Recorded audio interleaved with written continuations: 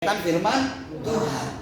Oke, jadi poin yang pertama, saudara, supaya hidup kita itu jangan hidup dengan percuma, supaya hidup kita itu tidak percuma.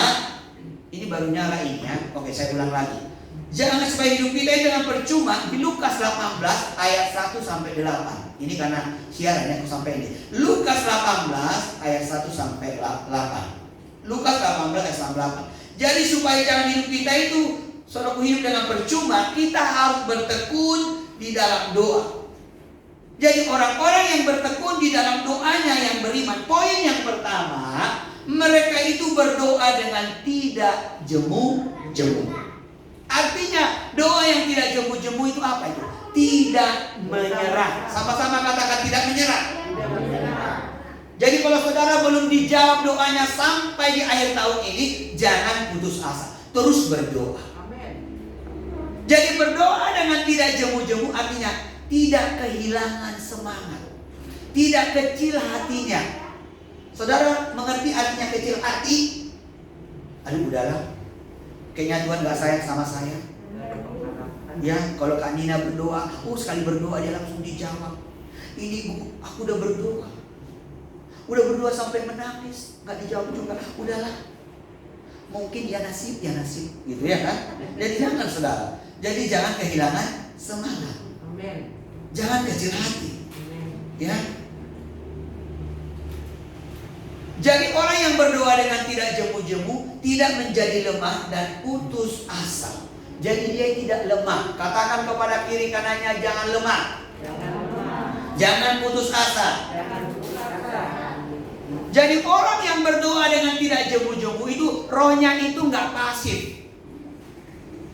Karena saya melihat di hari-hari sekarang ini, semenjak pandemi ini, banyak sekali orang jemaat Tuhan, anak-anak Tuhan, pelayan Tuhan, rohnya itu sudah pasif. Jadi udah pasrah dengan situasi yang ada, udah pasrah dengan keadaan yang ada. Ya udahlah, aku nonton di YouTube aja lah, udahlah, aku begini aja lah. Padahal Tuhan gak mau kita memiliki roh yang pasif. Saya lihat di Alkitab, siapa itu yang memiliki roh yang pasif itu? Orang Farisi. Orang Farisi itu tahu firman Tuhan, tahu agama, tahu ngerti semuanya, tapi tidak pernah mau melakukan. Jadi saat ini di tengah-tengah saudaraku, saat ini pandemi ini, kita tidak boleh roh kita ini pasif. Kita harus aktif, roh kita ini harus melayani Tuhan. Jangan tunggu saudaraku, jangan buang-buang waktu. Kita mau menjadi pelaku firman Tuhan.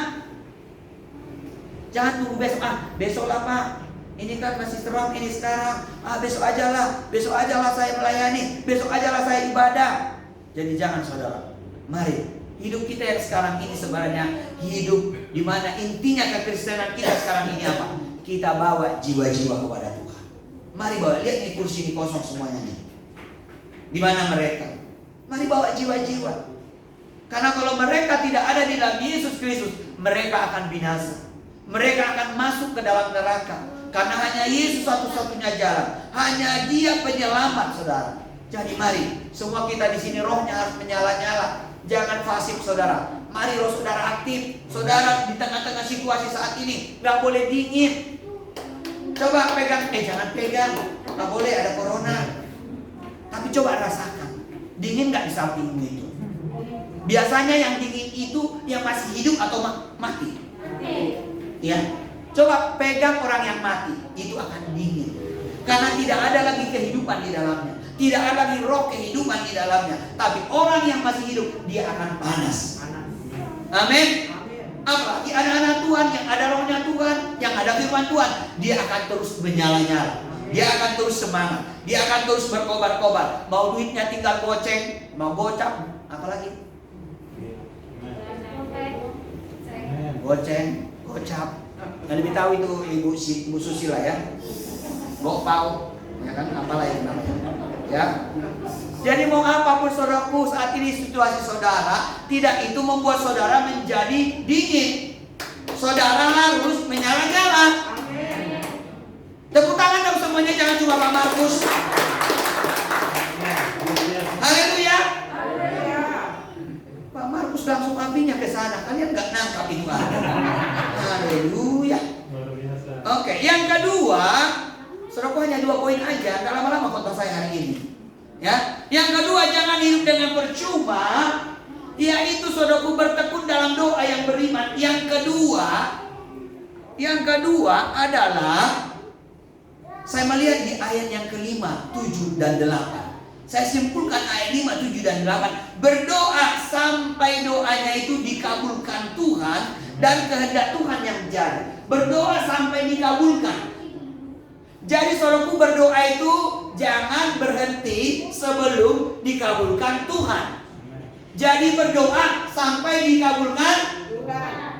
Banyak sekali orang berdoa, dia memulai doanya sungguh-sungguh, tapi dia tidak pernah mengakhirinya di mana Tuhan sudah mengabulkan doanya. Jadi kita mau apa yang kita mulai doa kita itu, kita sungguh-sungguh sampai di garis finish. Oh, kita melihat di situ ada pertolongan Tuhan. Makanya kalau berdoa jangan bimbang. Udah berdoa dia, habis dia berdoa bersungguh-sungguh, mana mungkin lah, udah setelah begini, mana mungkin lah dapat jodoh, mana mungkin lah dapat uang, mana mungkin lah beli rumah, mana mungkin lah beli tanah, mana mungkin lah bisa nikahkan anak, mana mungkin. Padahal tadi dia sudah berdoa, Tuhan aku percaya ada mujizat Tuhan, sampai dia udah menangis. Tapi setelah keluar dia dari ruangan doanya, mulai dia berpikir, mulai iblis mulai serang pikirannya. Ya mana mungkin lah, ayo bang jago, mana mungkin lah, ma bang jago. Ya mana mungkin lah, ya kan? Iya, sorry bang jago, kata si saya. Jadi mana mungkin lah. Jadi mulai sekarang jangan bilang mana mungkin. Amin. Kau berkatakan aku punya Tuhan yang besar. Ini hakim yang lalim, yang jahat sekali. Bandingannya dengan Tuhan jauh sekali. Kita itu saudara-saudara tetap jahat. Tuhan akan tetap baik. Karena di dalam dirinya Tuhan itu kebaikan. Kalau kita buka ibaratnya manusia itu Tuhan itu, kita bongkar hatinya itu, kita bongkar adalah baik. Mau dibulak-balik Tuhan tetap baik. Tapi kalau kita disakiti sedikit akan jahat. Kalau kau gak baik, aku gak baik sama kamu. Makanya firman Tuhan benar berkata begini, buat jemaat KNC pagi hari saya sampaikan, kalau kita berbuat baik kepada orang yang berbuat baik, gak ada upah kita. Tapi kalau kita berbuat jahat kepada orang yang jahat sama kita, keluarga kita, siapapun itu, kita berbuat baik sama dia, disitulah kita punya upah. Jadi kalau kita berbuat baik sama yang baik, Dewi, gak ada upahmu kata Tuhan. Tapi kalau kau berbuat baik kepada orang yang jahat, kepada mantanmu, ya mantan itu katanya barang rongsokan yang perlu dibuang ke sampah. Jadi gak perlu diingat-ingat. Jadi mungkin kita saat ini lagi dikecewakan orang, tapi kalau Tuhan bilang kau harus berbuat baik, karena disitulah engkau punya upah. Karena kalau dunia pun bisa melakukannya, dia berbuat baik kepada orang yang baik. Saudara, jadi poin yang kedua, berdoa sampai dikabulkan Tuhan dan kehendak Tuhan yang jadi. Kita lihat ayat yang kelima.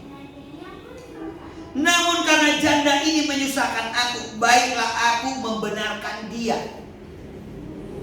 supaya jangan terus saja ia datang dan akhirnya menyerang aku. Bayangin, itu hakim yang jahat masih ada di pikirannya untuk membenarkan, untuk membela daripada janda yang miskin ini. Apalagi Tuhan kita yang baik, apalagi Tuhan kita yang luar biasa. Dia pasti akan mendengar doa kita. Kalau doa kita saat ini belum dijawab, ada maksud Tuhan. Karena doa itu ada 3. Ya, tunggu, tidak. Mungkin kalau Tuhan jawab doanya si Dewi ini, ada sesuatu mungkin yang tidak baik akan terjadi. Jadi Tuhan bilang, enggak aku jawab doamu itu Dewi. Tapi mungkin Tuhan bilang, tunggu. Waktu Tuhan pasti yang terbaik. Amin. Jadi kalau semua itu seturut dengan kehendak Tuhan, doa kita itu pasti akan dijawab. Karena Roma 5 ayat 1 dikatakan, kita sudah dibenarkan karena iman.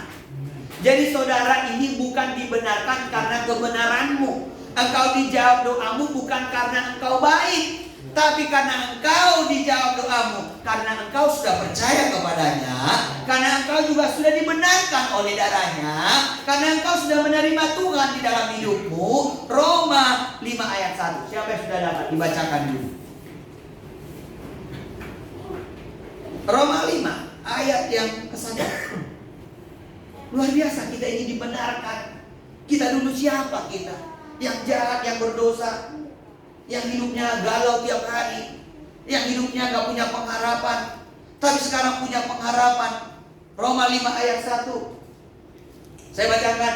Sebab itu kita yang dibenarkan karena iman, kita hidup dalam damai sejahtera dengan Allah oleh karena Tuhan kita Yesus Kristus. Jadi saya dan saudara adalah orang-orang yang dibenarkan Tuhan. Yang setuju dengan saya katakan amin. Jadi kita adalah orang-orang yang dibenarkan Tuhan. Bukan karena kebenaran kita, bukan karena kebaikan kita, tapi karena sudah dibenarkan Tuhan. Kalau kita sudah dibenarkan Tuhan, marilah kita hidup benar. Kalau kita sudah dibenarkan Tuhan, marilah hidup kita hidup benar. Pekerjaan kita pekerjaan yang benar. Apa yang kita lakukan, marilah kita lakukan dengan yang benar. Kita melihat di situ di ayat yang ke-7. Saya bacakan ayat yang ke-7. Tidakkah Allah akan membenarkan orang-orang pilihannya yang siang malam berseru kepadanya? Dan adakah ia mengulur-ulur waktu sebelum menolong mereka?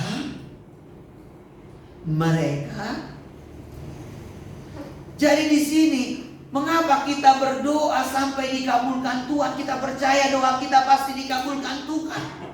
Karena kita ini umat pilihannya Tuhan. Sadar gak saudara umat pilihannya Tuhan?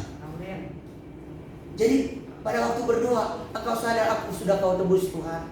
Kau pilih aku dari orang yang berdosa. Kau angkat aku dari lumpur dosa. Tuhan, aku ini anakmu Tuhan. Tuhan, aku berdoa Tuhan. Di akhir tahun ini jawablah, kabulkanlah doaku. Aku memohon dengan kasih karunia-Mu. Jadi doa kita pasti dijawab saudara.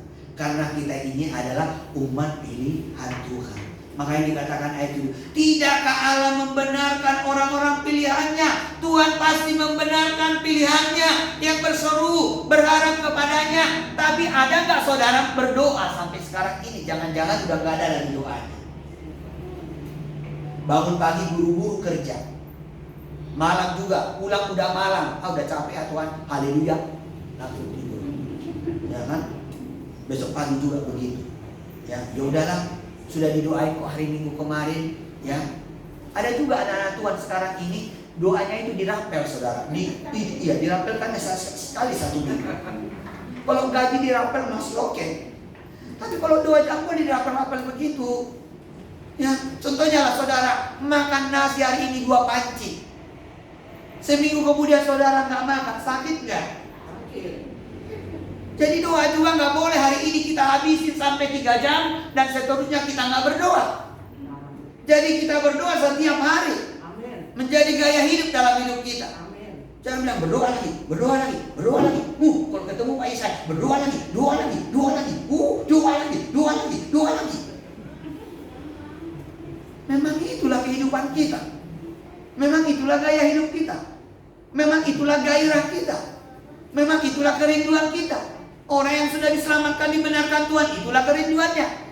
Jadi kalau ada anak Tuhan gak suka berdoa, itu perlu dipertanyakan, harus dibawa dia ke dokter. Siapa dokternya itu? Roh Kudus, Tuhan Yesus. Ada apa ini? Mungkin ada penyakit ini. Mengapa dia gak suka doa? Sorry Bang Jago. Saudara, kita melihat lagi di sini. Dikatakan di ayat yang ke-7 itu, yang orang-orang pilihannya pasti akan dikabulkan Tuhan. Tapi ayat yang ke-8, aku berkata kepadamu, ia akan segera membenarkan mereka. Masih dibenarkan hakim ini, dan dibenarkan oleh Tuhan. Akan tetapi jika anak manusia itu datang, adakah ia mendapati iman di bumi? Karena sekarang udah banyak orang tidak percaya lagi kuasa Tuhan. Pendeta-pendeta sendiri aja gak percaya, banyak sekarang ini mujizat. Ya, jadi mari kita semuanya saudara yang ada di sini, ya, Mari tetap bangun iman, percaya mujizat masih ada, pertolongan masih ada, tanda ajaib masih ada terjadi di dalam hidup kita. Amin. 1 Yohanes 5 ayat yang keempat. Ini ayat yang terakhir. Ayat yang terakhir pertama ya, masih ada lagi 10 lagi. 1 Yohanes 5 ayat yang keempat. Sudah? Ya. Ayat yang keempat yaitu mengalahkan dunia. Kalau ayat yang kelima ini coba lihat. Yang mengabulkan, ada kata mengabulkan, ada enggak?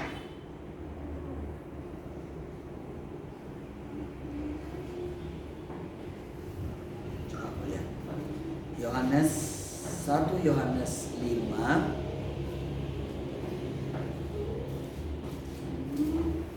Yohanes 5 Yohanes 1 Yohanes ya. Oh ayat 14 ya, bukan ayat 15. Kita baca ayat 14. Kita baca bersama-sama 1 2 ya. Dan inilah keberanian percaya kita kepadanya, yaitu bahwa Ia mengabulkan doa kita jikalau kita meminta sesuatu kepadanya menurut kehendaknya. Kehendak Tuhan gak kita sehat? Kehendak Tuhan. Kehendak Tuhan gak kita diberkati? Kehendak Tuhan. Karena ada sekarang pengajaran katanya kalau mau mengikut Tuhan menderita terus, harus menderita terus. Semakin orang menderita katanya semakin kudus. Itu gak benar juga. Memang mengikut Tuhan ada penderitaan. Makanya dikatakan setiap orang yang mau mengikut Tuhan harus memikul salib. Tapi kita juga mengikut Tuhan gak harus diberkati terus, makmur terus, pokoknya khotbahnya kemakmuran terus, gak gitu juga. Karena mengikut Tuhan itu semua di situ seimbang. Ada penderitaan, di balik penderitaan ada mujizat. Tuhan Yesus pada waktu Dia mendapat kemuliaan karena Dia menderita dulu. Jadi di balik daripada penderitaan ada kemuliaan. Apakah Tuhan Yesus menderita sampai hari ini di kayu salib? Ada? Ada nggak punya Tuhan Yesus sampai hari ini? Tuhan Yesus masih tetap disalib. Kalau pajangan di rumah oke, ada disalib terus Tuhan Yesus. Tapi kan sekarang Tuhan Yesus tidak lagi disalib. Jadi kita juga Tuhan tidak membiarkan saudara menderita terus, susah terus. Dan inilah keberanian percaya kita kepadanya, yaitu bahwa Ia mengabulkan doa kita. Hati-hati. Jikalau kita meminta sesuatu kepadanya menurut kehendak. Kehendak Tuhan gak saudara diberkati? Kehendak Tuhan. Kehendak Tuhan gak saudara bisa nyekolahkan anak? Kehendak Tuhan. Jadi kehendak Tuhan. Jadi jangan dengar khotbah pendeta sepotong-potong. Ada sekarang pendeta, kalau semakin menderita, semakin susah katanya masuk surga. Bahkan orang semakin susah bisa merampok. Ada nggak orang nggak makan satu hari dia baik, diam aja di situ dia, yang baik. Ada? Nggak ada. Jadi Tuhan mau juga kita ada proses kita alami, tetapi akan ada pertolongan Tuhan. Amin. Tapi jangan juga dalam pikiran saudara, oh mengikut Tuhan, oh harus diberkati terus, oh terus makmur terus, diberkati terus, pokoknya enak terus. Gak gitu juga. Karena ada sekarang itu khotbah kemakmuran. Pokoknya kalau datang ke gereja itu, pokoknya diberkati terus, diberkati, pokoknya kau gak akan mendapatkan nanti kesusahan. Itu salah juga. Kita masih hidup dalam dunia ini, ada proses yang kita alami. Ada juga penderitaan karena sesuai dengan firman Tuhan juga. Karena mengikuti Yesus kita juga akan dibenci oleh orang lain. Benar atau tidak? Benar. Kalau kita ikut Tuhan Yesus dibenci juga. Sampai pagar kita aja juga, mau lihat pagar kita aja benci dia. Ya, ada kesaksian kemarin itu. Jadi dia buka rumah makan. Jadi lingkungannya itu banyak nggak saudara sepupu kita yang makan lah di warungnya itu. Ditanya lah yang jagain, ini warung Kristen atau Islam? Dibilang ini warung Kristen. Langsung ditinggalkan piring, dilempar, langsung mereka pergi. Gak lama kemudian, ini kesaksian yang saya dengar ya, itu mereka itu sakit dan mati. Ya. Jadi memang kita tidak boleh membalas kejahatan dengan kejahatan. Pembalasan itu adalah haknya Tuhan. Amin.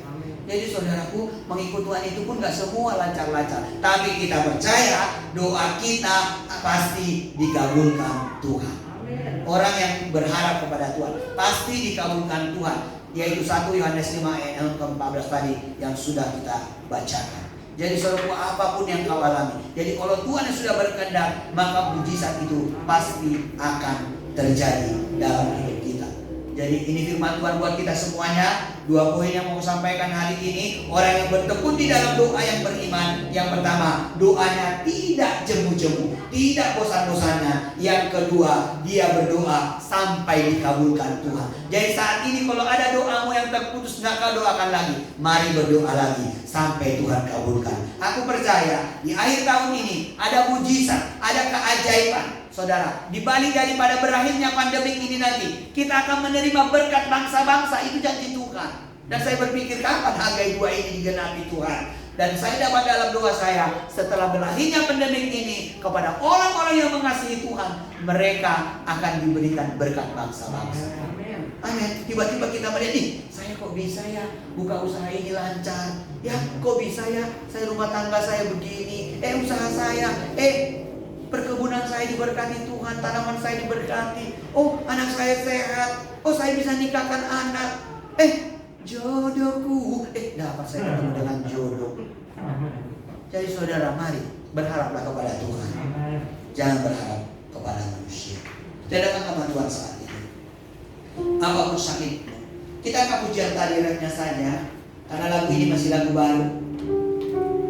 Biar kita tetap percaya ada mujizat. Sekalipun mata jasmanimu tidak bisa melihat, dan tubuhmu seperti yang susah untuk menerima itu, tapi mulailah masuk kepada iman Kristus. Mulailah masuk kepada rohnya Tuhan. Karena apa yang kau dapatkan dalam imanmu, dalam rohmu, maka itu akan terjadi di alam kenyataan. Aku percaya